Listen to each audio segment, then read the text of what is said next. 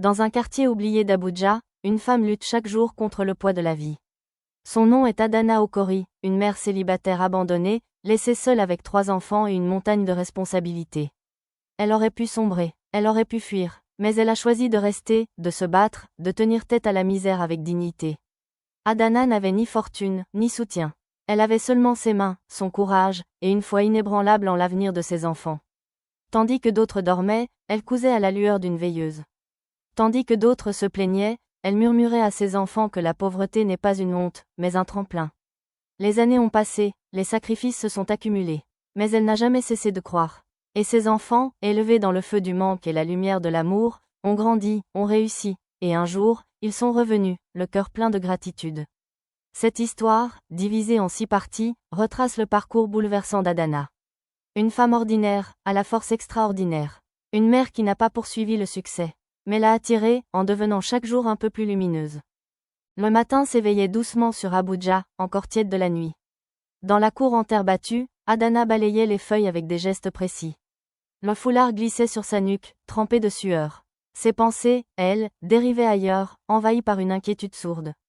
Cela faisait 3 jours qu'Eken, son mari, n'était pas rentré. Au départ, elle s'était persuadée qu'il avait prolongé un contrat. Eken était menuisier, souvent appelé dans d'autres villes pour travailler. Il disparaissait parfois, mais appelait toujours. Cette fois, rien. Pas un mot, pas un appel, juste un silence devenu assourdissant. Au 4e jour, Adana prit son courage à 2 mains et alla frapper chez sa belle-sœur, Nkechi.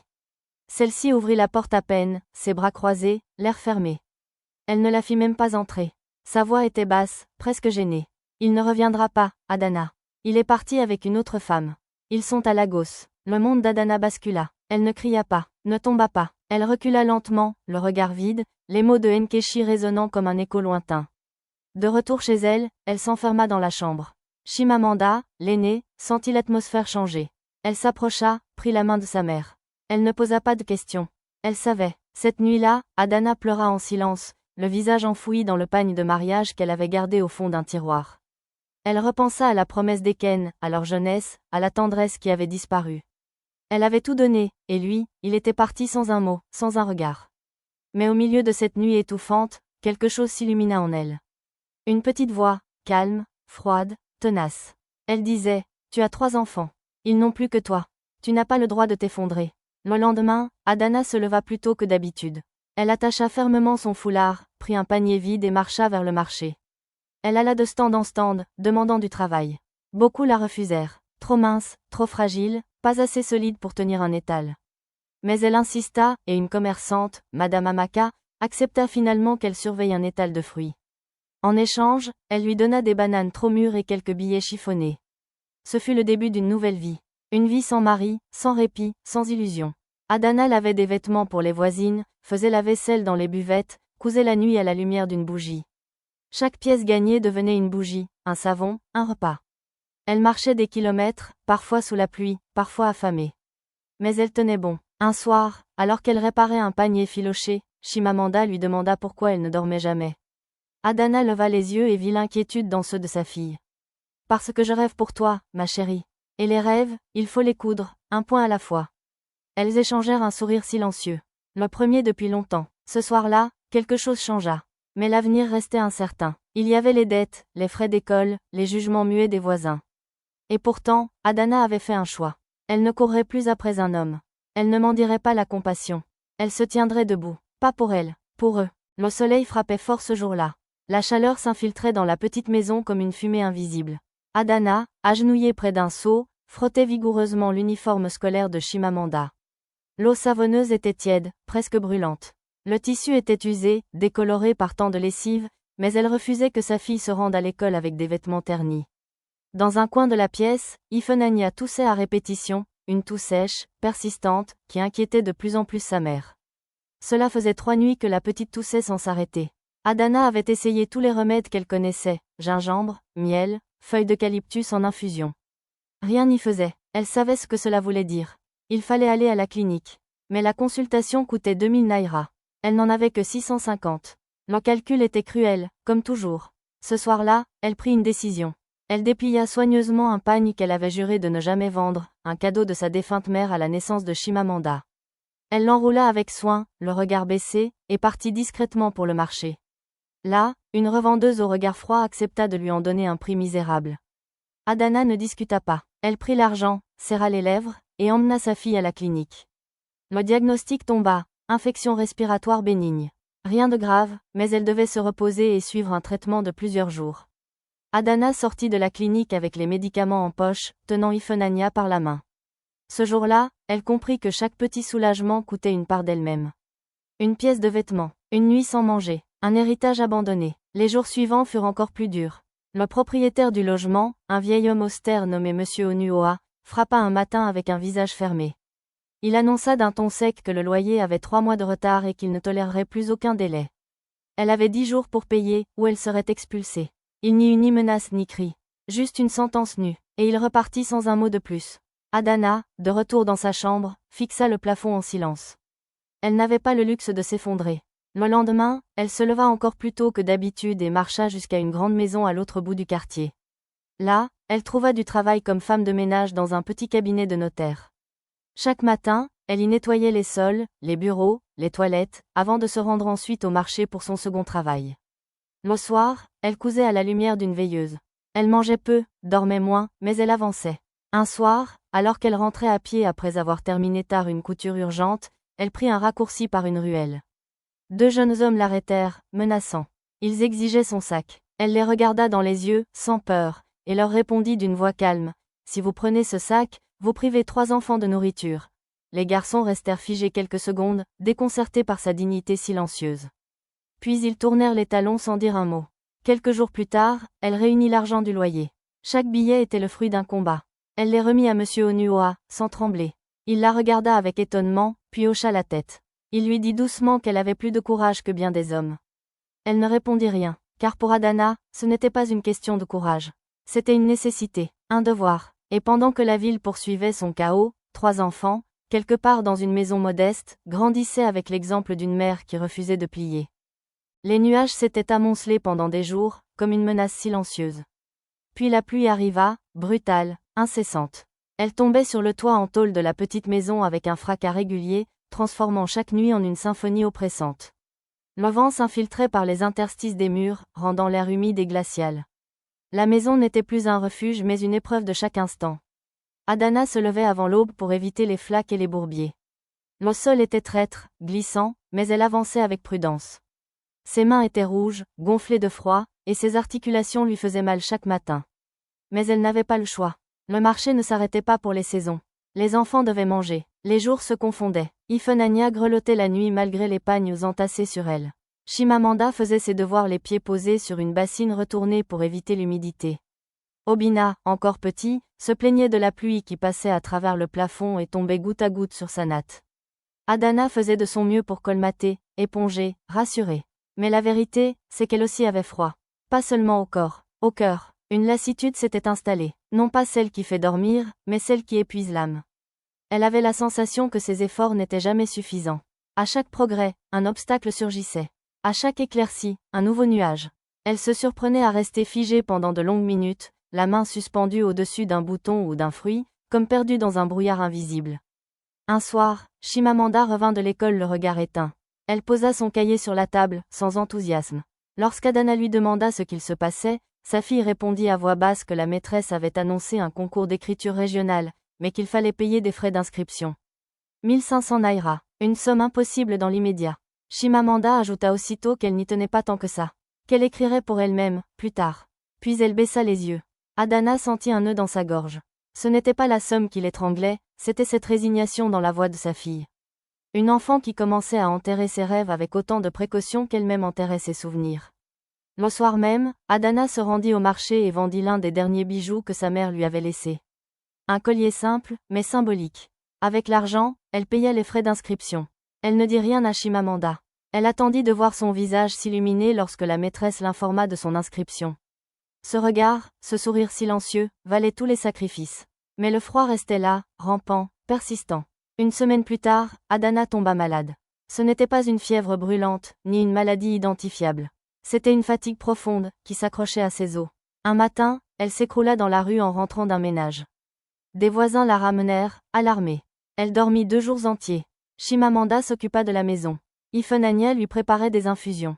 Obina restait près d'elle, dessinant sur des papiers recyclés.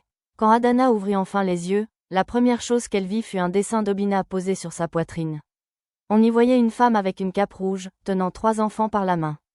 En dessous, écrit maladroitement, il avait griffonné « Super maman ».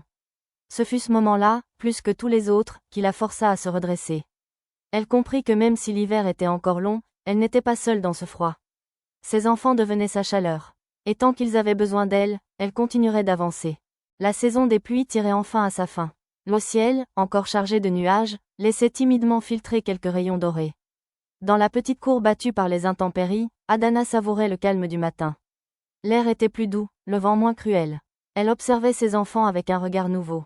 Chimamanda coiffait sa sœur Ifenanya avec soin, lui attachant 2 tresses parfaitement alignées. Obina, assis sur une natte effilochée, jouait avec un petit jouet fabriqué de ses mains à partir de vieux câbles. Adana sentit une chaleur lui envahir le cœur. Ses enfants avaient grandi dans le manque, mais ils respiraient la vie.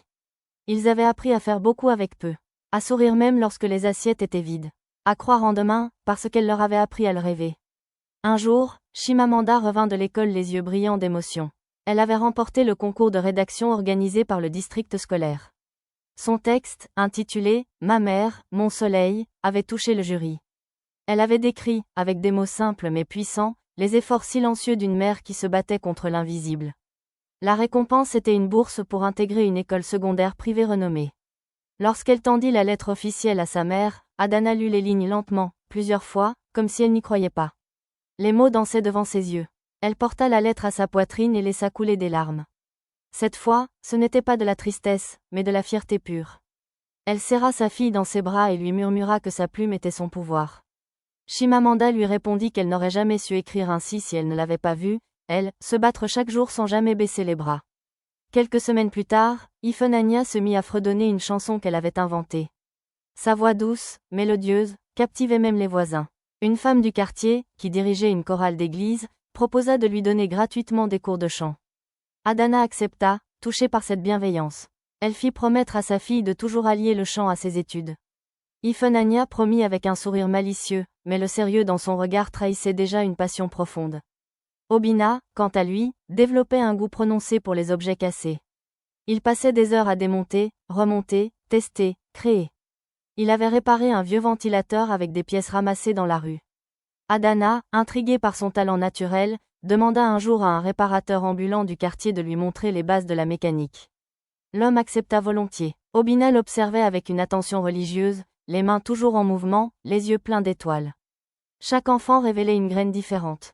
Une passion, un potentiel, et Adana, sans en avoir les moyens, trouvait toujours un moyen de nourrir ces graines, de les protéger du vent, de la sécheresse, du doute. Elle semait l'espoir comme d'autres sèment des cultures, avec patience et foi. Un soir, alors qu'elle cousait dans un coin de la pièce, Chimamanda s'approcha d'elle. Elle lui dit que plus tard, quand elle aurait de l'argent, elle lui construirait une maison immense, avec de grandes fenêtres, un lit confortable et une cuisine remplie de lumière. Adana sourit, émue, et lui répondit qu'elle préférait un lit grinçant entouré de rire, plutôt qu'un palais vide d'amour. Puis elle ajouta une chose, d'un ton plus grave, qu'elle ne devait jamais oublier d'où elle venait, ni où elle voulait aller. Chimamanda hocha la tête, le regard déterminé. Le lendemain, Adana prit une décision. Elle allait lancer son activité de couture à domicile. Elle avait déjà quelques clientes fidèles. Si elle économisait assez, elle pourrait s'offrir une machine d'occasion. Ce ne serait pas grand-chose, mais c'était un début. Une fondation, une porte entr'ouverte, et dans le silence du petit matin, un vent nouveau soufflait dans son cœur. Celui de l'avenir. Ce matin-là, le ciel était clair, et l'odeur du porridge chaud flottait dans la petite cuisine. Adana, debout devant son réchaud, remuait la bouillie avec attention. Le silence dans la maison était doux, presque étrange. Les enfants dormaient encore, et pour une fois, elle avait quelques minutes à elle. Elle savourait ce calme rare quand quelqu'un frappa à la porte.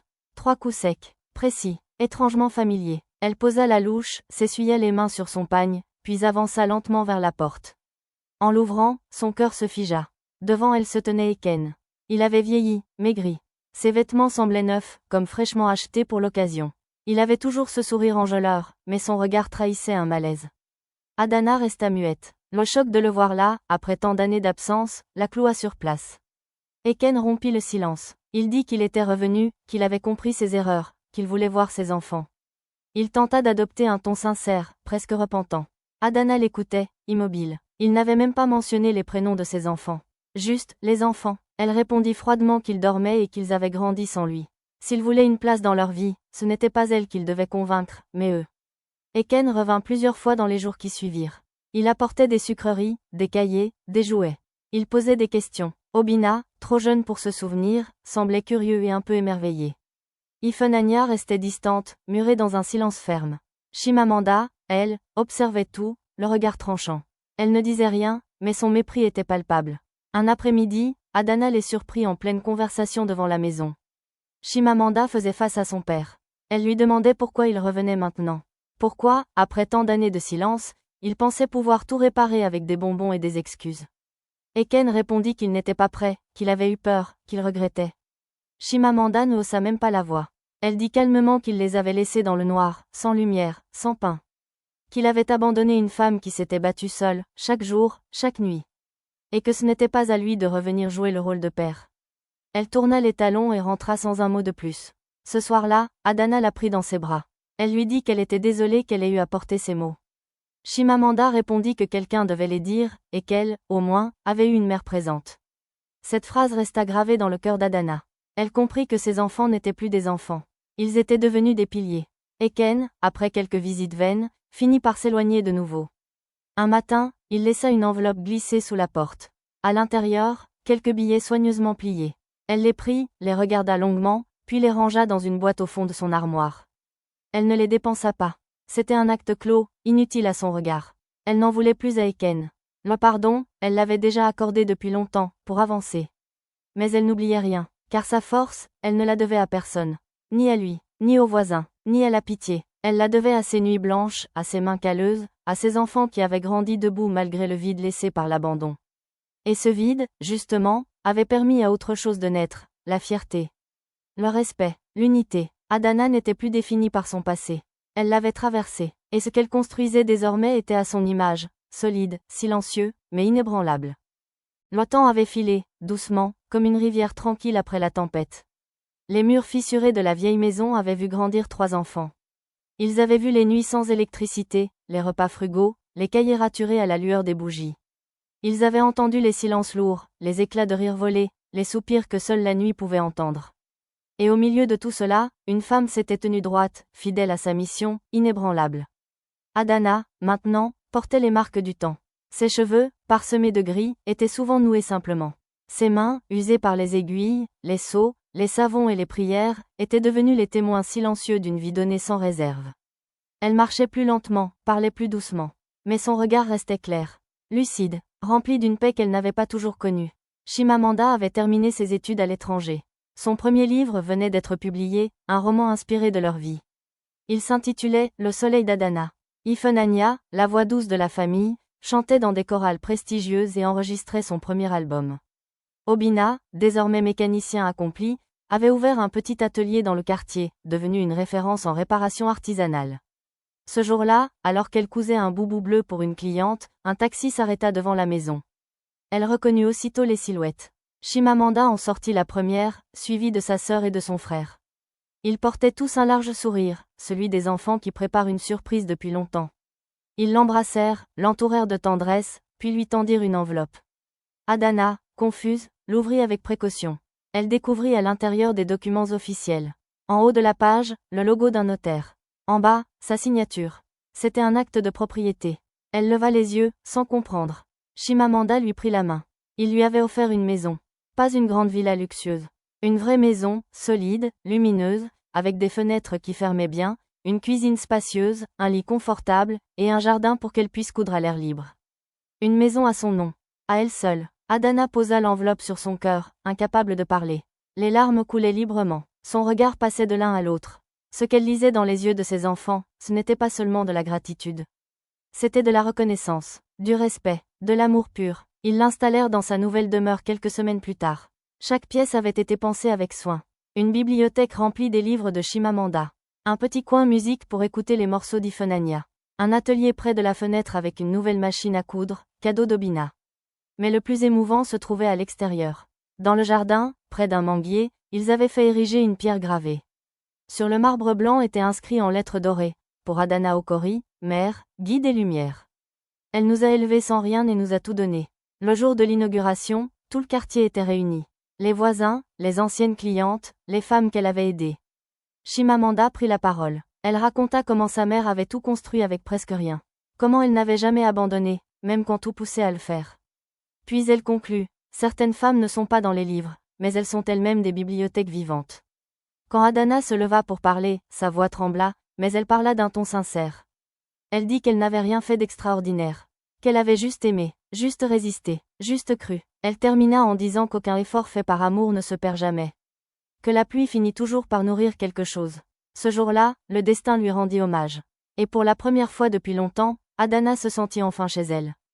Pas seulement dans une maison, mais dans les cœurs de ceux qu'elle avait façonnés. L'histoire d'Adana est celle de toutes ces mères qu'on ne voit pas, mais sans qui rien ne tiendrait debout. Des femmes simples, discrètes, qui portent le monde sur leurs épaules sans jamais se plaindre. Elle n'avait ni richesse, ni soutien. Pourtant, elle a tout donné. Son temps, son énergie, sa jeunesse, son amour. Elle n'a pas poursuivi le succès.